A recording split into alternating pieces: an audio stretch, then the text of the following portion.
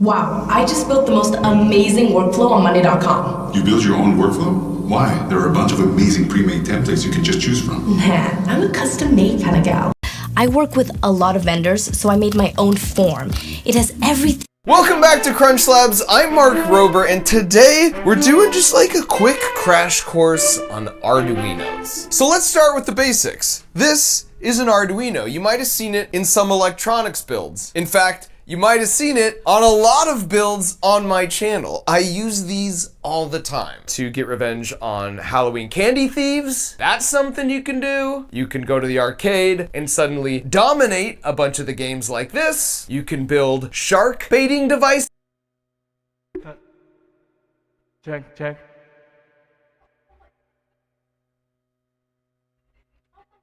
Sige lang, okay lang kay ano ko dan sang monitor ko dan sang ever.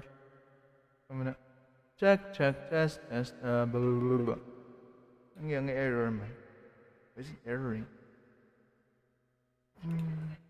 Squirrel baiting devices, and even porch pirate baiting devices. You can make automatic strike bowling balls or automatic bullseye dartboards. Even if it's just for something simple like a candy dispenser when Mr. Beast tricks you to go on vacation with him to an abandoned city. So it's some kind of complicated looking electronics board, but what exactly is it? So a good analogy is looking at us humans. For starters, I need energy, so I eat food. And then with that energy, I can power my eyes and ears. And I get information from the world around me. Then I take that information and then that goes to my brain. And my brain processes that and then it tells my muscles to do something. For example, that light is kind of bright. I'm gonna raise my arm to sort of block it from hitting my eyes. Now, just like that, with these components you see in front of me, first of all, there's a battery pack that powers this whole system. So that's like me eating things to have energy. Right here, we have a sensor. In this case, it picks up IR signals. This is like our ears and eyes. We call this an input. So it takes that information, sends it right here to the brain, that Arduino microcontroller. It does some thinking, and then it sends information down these wires to these servo motors. These are the outputs, or the effectors. And sure enough, if we test this out, I'm gonna send a signal to the input. You can see the Arduino thinking about here as it lights up, and then it tells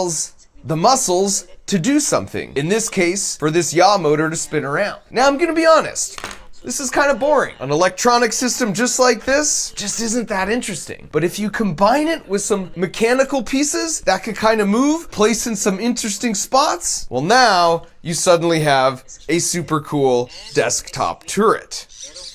And you can see it's this exact system just applied here. There's 3 servo motors here, and here. We've got our brain right here and our battery pack right here. And now I can spin this all around. I can go down and up just by controlling the different servo motors. And of course, I can fire my darts. Rapid fire!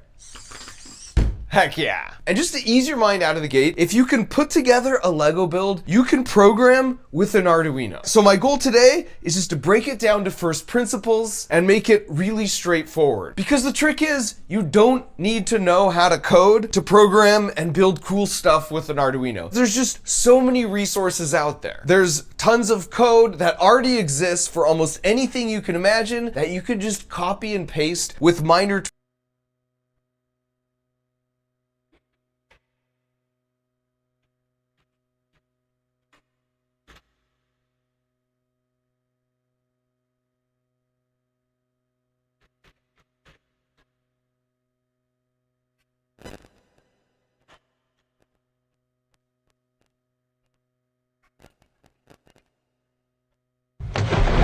They're coming straight in. Trust me, I've got nothing.